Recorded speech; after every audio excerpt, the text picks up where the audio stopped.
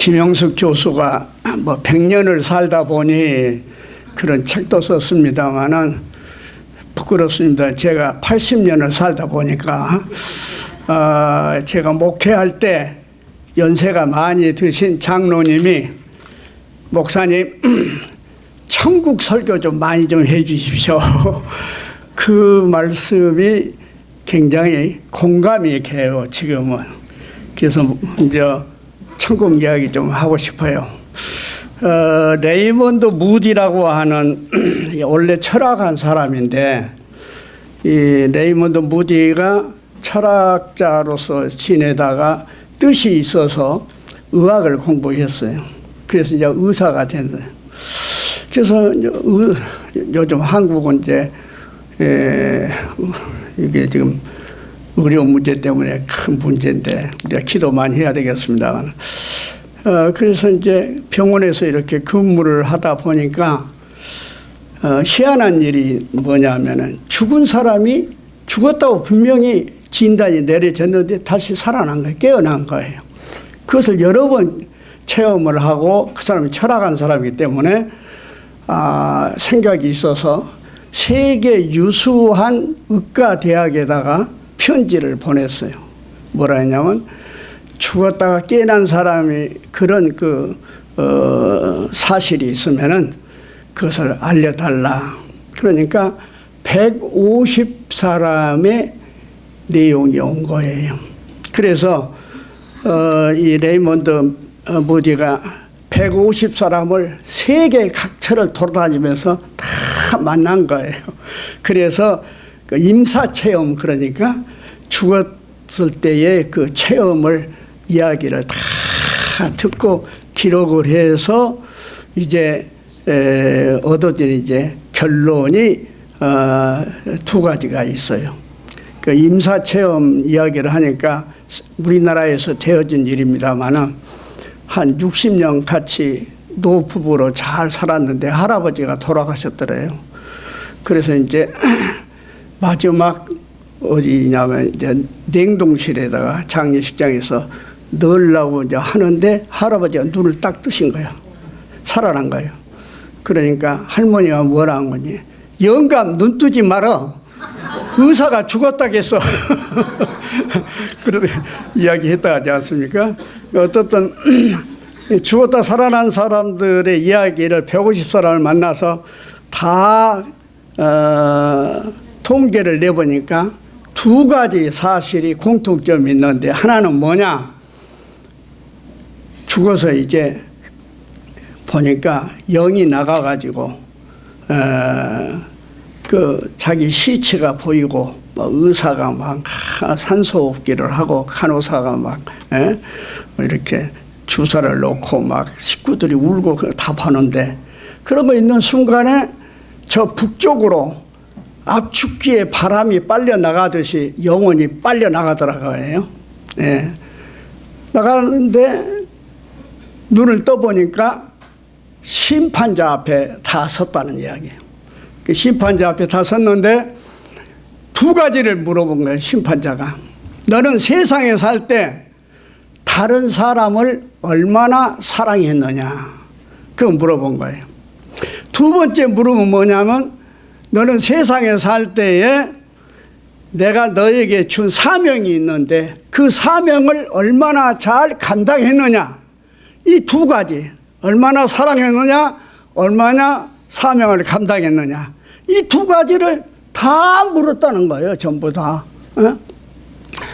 그래서 이제 죽었다 살아난 사람들의 그 삶의 현상은 어떤 것이냐, 세 가지 현상이 나타난 거예요. 하나는 뭐냐 하면은, 그렇게 끊으려고 해서도 끊지 못했어요. 정신병원도 가고 상담도 받아보고 그렇게 끊으려 해도 끊지 못했던 거, 마약 중독이라든지 알코올 중독이라든지 게임 중독이라든지 무슨 노름 중독이라든지, 이 끊지 못한 것을 그 사람들이 다 끊어버리는 거예요. 전부 다. 두 번째는 뭐냐면, 그렇게 원수같이 지냈던 사람들인데, 아주 철철치 원수 같은 사람들인데 그 사람을 다 용서한다는 거예요. 전부 다 용서한다는 거예요. 세 번째는 뭐냐 하면 자기가 가지고 있는 것으로서 최선을 다해서 봉사 생활을 했다는 거예요. 이 세 가지가 죽었다 깨어난 사람들이 삶의 공통점이었다. 그렇게 이야기를 한 거예요. 그러고 보면은 우리가 그리고 또 이제 공통적인 하나는 뭐냐면 전도도 안 하고 묻지도 않았는데 전부 다 교회를 나가더라. 그 이야기를 한 거예요. 그렇게 봤을 때 우리가 하나님 모시고 이렇게 신앙생활 한다고 하시면 얼마나 감사한 일인지 모릅니다. 할렐루야. 너무 고마운 일이에요. 네. 오늘 이제 에베소서를 제가 본문으로 적였는데 에베소서는 바울 사도가 교회란 것이 무엇인가, 교회론에 대해서 아주 잘 세게 써놓은 책이 에베소서고, 그다음 두 번째, 교회 다니는 교인들은 어떻게 살아야 하는가, 그것을 아주 구체적으로 이야기한 것이 바로 에베소서인 것입니다. 그러면서 오늘 바울 사도는 교회에 다니기 전과 교회에 다닌 후에 사람은 변화가 돼야 된다. 그 이야기를 하고 있는 거예요. 이 변화 중요한 겁니다. 세계적인 최고의 부자인 빌 게이츠에게 기자가 물었어요. 어떻게 얼마나 머리가 좋고 IQ가 좋고 얼마나 경영 능력이 지혜가 있으면 이렇게 큰 부자가 됐습니까?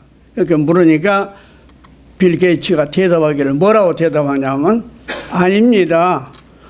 나는 머리도 좋은 사람도 아니고 뭐 지혜롭게 경영한 사람도 아닙니다. 단지 하나, 내가 내 생각과 내 마음이 항상 변화를 하려고 하는 그런 생각과 마음이 있었고 그 생각과 마음 먹은 것을 실천하려고 노력하다 보니까 오늘 이렇게 되었습니다. 그렇게 말했다고 합니다. 그래요. 물이 고이면 썩지요. 물이 흘러갈 때 생명의 물이 된 것입니다.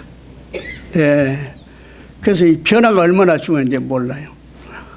2차 대전이 끝나고 나서 세계 모든 나라가 다 하는 이야기가 경제를, 나라 경제를 미국의 경제를 따라야 되겠다 해가지고서 미국 경제를 이제 따르려고 다 노력했는데 그 중에 유일하게 그리스라고 하는 나라는 우리는 르네상스의 시대를 복원해야 된다. 그렇게 이야기한 거예요. 그런데 결과가 어떻게 됐느냐? EU 나라, 유럽을 비롯해서 가장 경제적으로 뒤떨어지고 못 사는 나라가 바로 그리스라는 나라가 된 거예요. 다시 말하면 변화하지 않고 옛날로 돌아간 거예요. 르네상스로 하자는 거. 그래서 결국 그렇게 되고 만 거예요. 여러분, 나는 우리나라가 변화되기를 굉장히 바라는데 참으로 안타까운 것이 너무 많이 있습니다만은 곧 우리나라가 지금 세계적으로 보면은요 6대 강국이에요. 6대 강국. 그 뭐냐면 바로 미국이 첫째고 두 번째 중국이고 세 번째가 러시아고 네 번째가 독일이고 다섯 번째가 영국이고 여섯 번째가 대한민국이에요. 일본은 여덟 번째. 일본을 앞섰어요. 우리가 경제적인 강국의 우리나라가 대단한 나라예요. 이렇게 우리나라가 강국이 되었는데도 불구하고 아직도 이 백성들은 변화를 하지 못하고 있다는 마음이 아파요. 그걸 뭘 갖고 이야기할 수 있냐면 두 가지로 이야기할 수가 있는데 첫째는 뭐냐면 2차 대전 후에 분단국이 네 나라입니다. 네 나라. 독일, 베트남, 예멘, 대한민국. 네 나라가 분단국인데 세 나라는 독일이나 베트남이나 예멘은 통일이 다 됐어요. 아직까지 통일이 되지 않는 나라는 뭐요? 우리 대한민국밖에 없다 그 말입니다. 너무나도 참 우리나라는 변화를 할 줄 모르는 나라다. 그게 참 마음 아프고, 그걸 뭐가 증명하냐? 사회에 변화가 없다는 거예요. 사회가 발전하는 단계가 4단계가 있어요. 첫째는 뭐냐면 힘의 사회가 있습니다. 힘의 사회. 힘의 사회는 돈이 많은 사람이라든지 권력 있는 사람이 큰 소리 치고 갑질하고 사는 세상이야. 북한 같은 나라는 힘의 사회이죠. 그 힘의 사회에서 발전하면, 변화를 가져오면은 법치사회가 돼요. 법치사회. 법으로 모든 사람 법 앞에 평등해야 되고, 법치사회가 돼야 되는데, 우리는 아직까지 그러지 못한 것 같은 느낌을 많이 가죠. 법치사회가 되려면은 어느 정도가 돼야 되냐 하면은, 한 예를 들어 이야기해요. 미국의 어느 대학에서 말이죠. 도서관 규칙이 뭐냐 하면은, 그 장서를 볼 때, 책을 보면은 열람실에만 보지 집에는 절대 가져가서는 안 된다. 그것이 도서관 법칙이에요. 그런데 조은이라고 하는 학생이 그 학교에서 아주 우등생이고 공부를 잘하는데, 근데 도서관에서 자기가 원하는 책 고서를 보니까는 너무 아주 그 책이 말이죠, 좋아요. 보고 싶어서 그냥 자기 저녁 때까지 책 보다가 자기 가방 속에다 넣어가지고 집에 가서 저녁에 읽으라고, 그래서 좋은 마음으로 그렇게 한 것이죠. 그런데 안타깝게도 그날 저녁에 그 도서관이 불이 났어요. 그래서 모든 장서가 다 불이 타버리고 만 거예요. 그래서 그 다음날 아침에 학교를 이제 등교를 해가지고 보니까 도서관이 완전히 잿덩어리가 돼버렸어요. 책도 다 타버리고.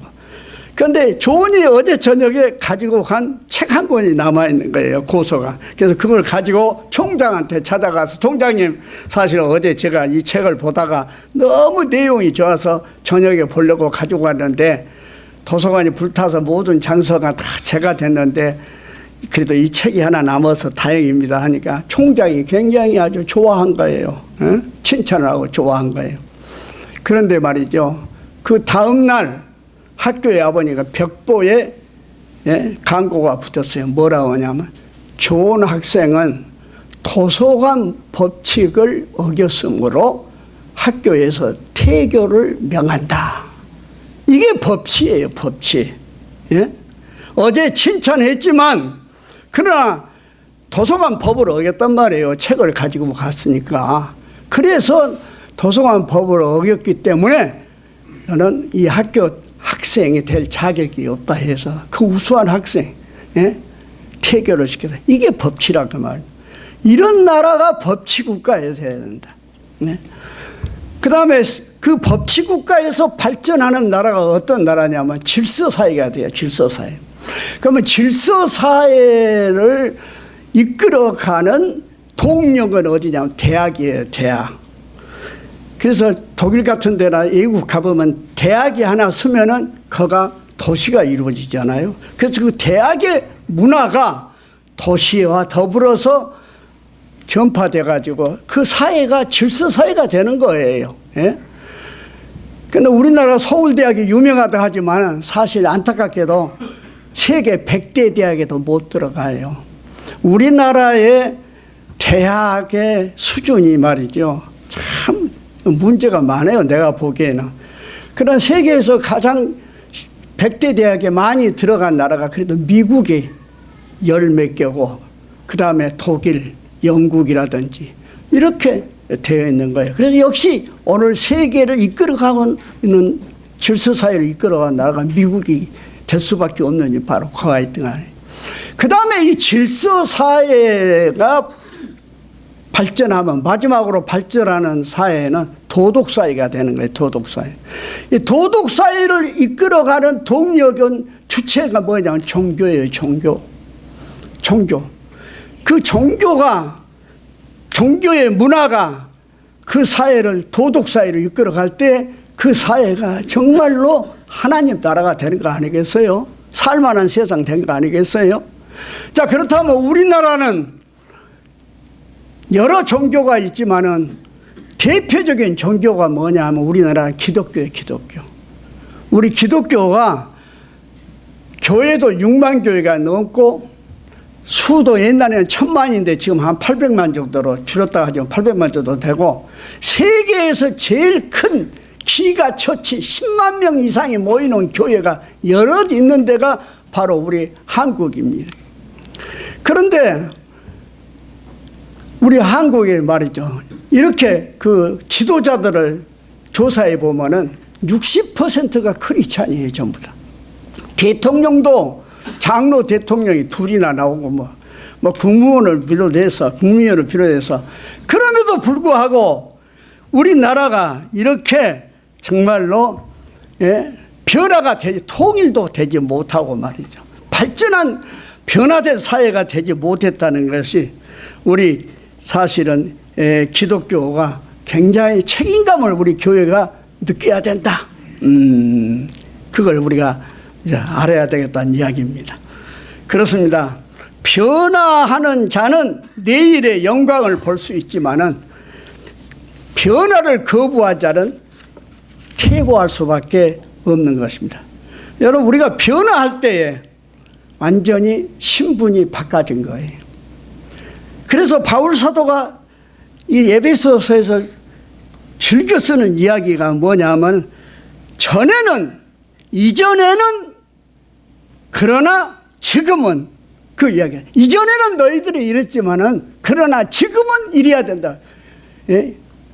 이전에는 그러나 지금은 이 용어를 바울 사도가 많이 쓰는 거예요.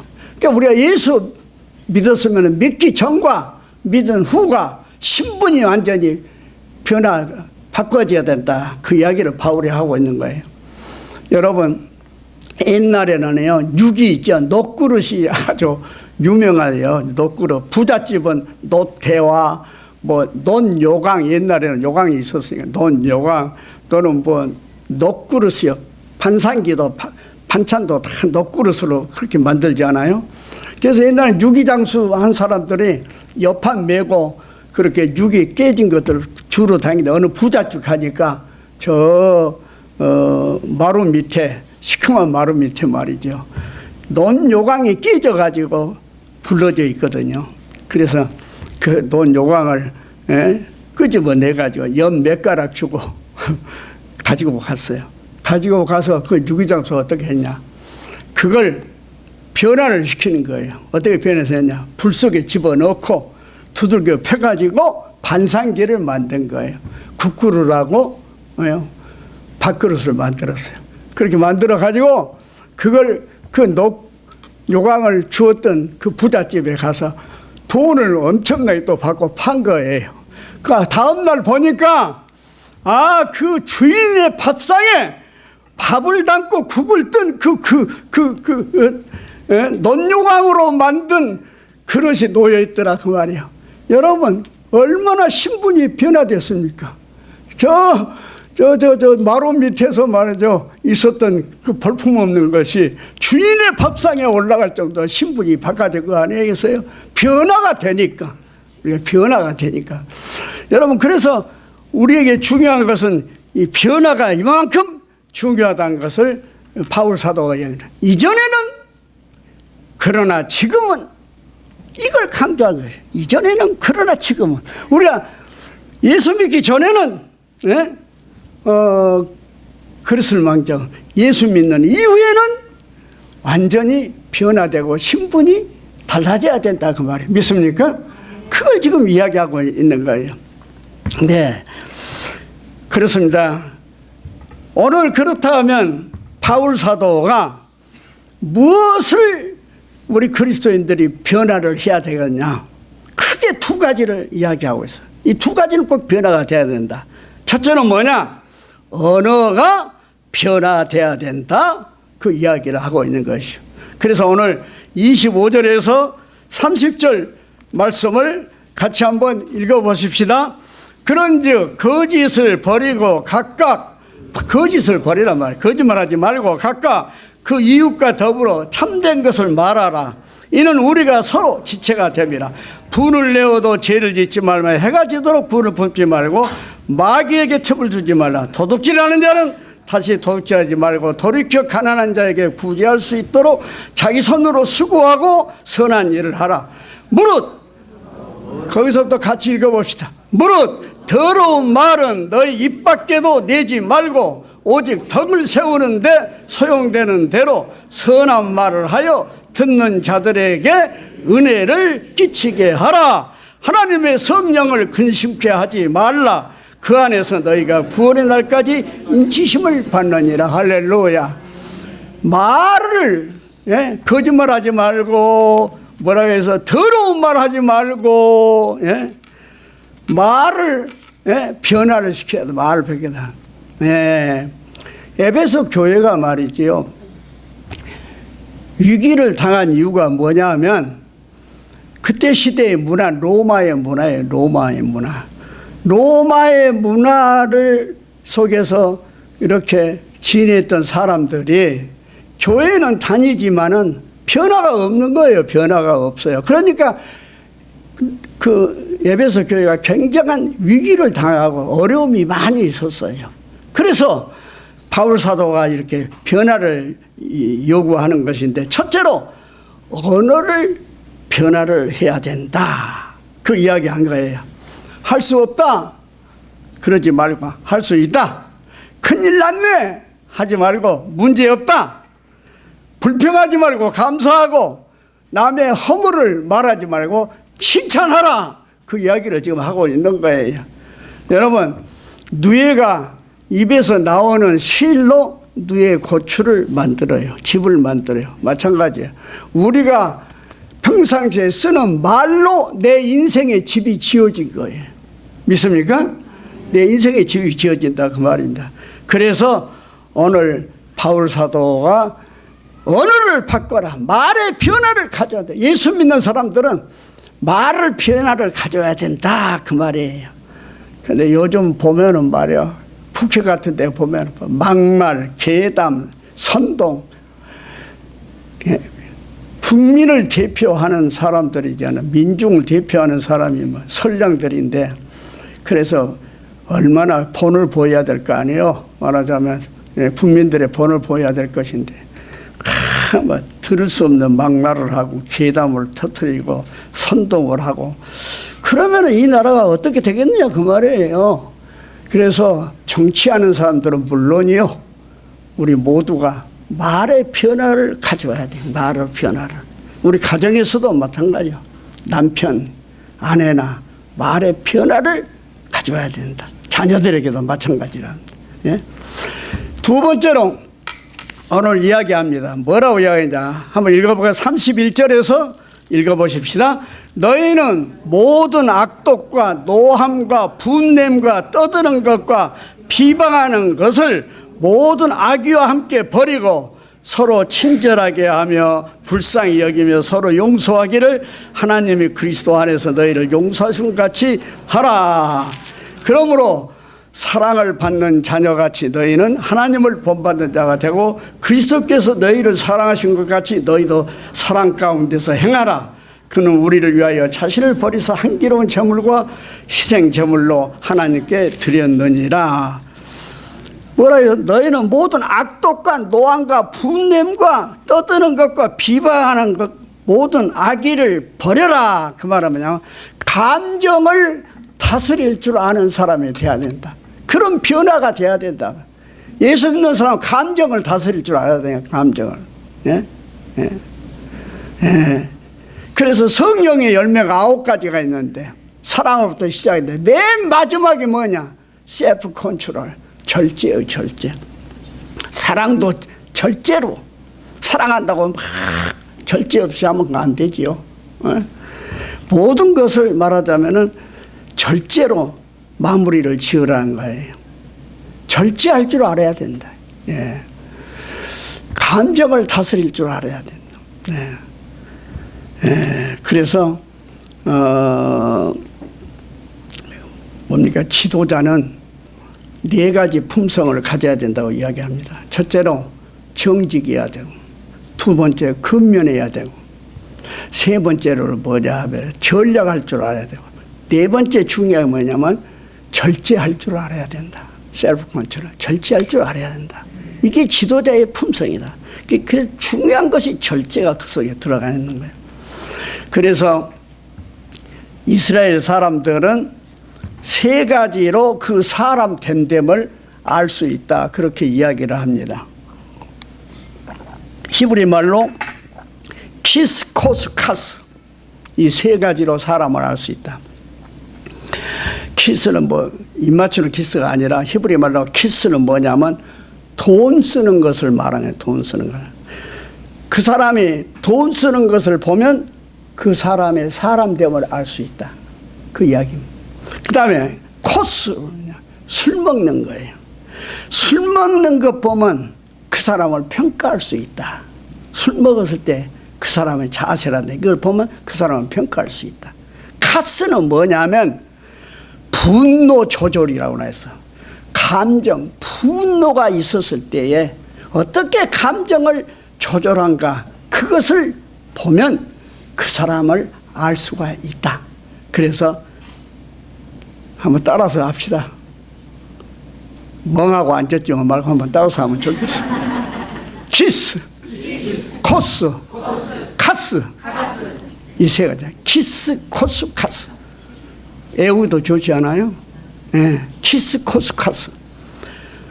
돈 쓰는 것 보면 사람 되면 알고, 술 먹는 것 보면 그 사람을 평가할 수 있고, 감정 조절, 분노를 어떻게 조절한가, 그것을 보면 그 사람의 인격을 알 수 있다.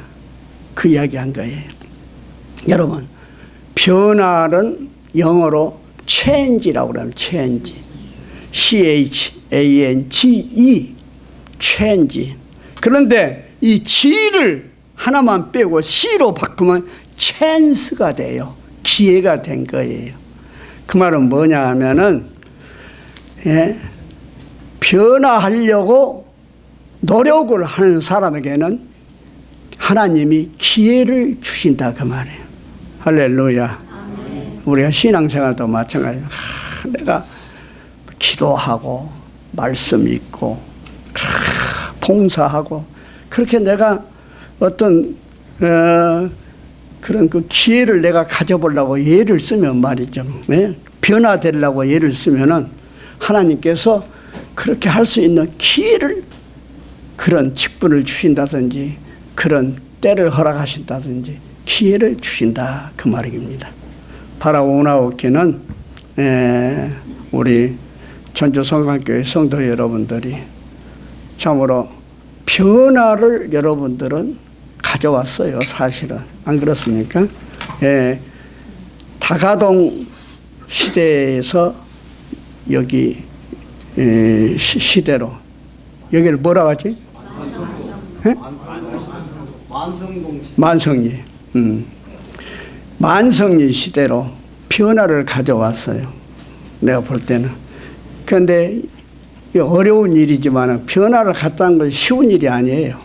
그런데 큰 마음들을 가지고 서로 포용하면서 이 변화를 가져옴으로 말미암아 내가 가만히 보니까 우리 교회가 날로 은혜가 있고 부흥이 돼요. 할렐루야.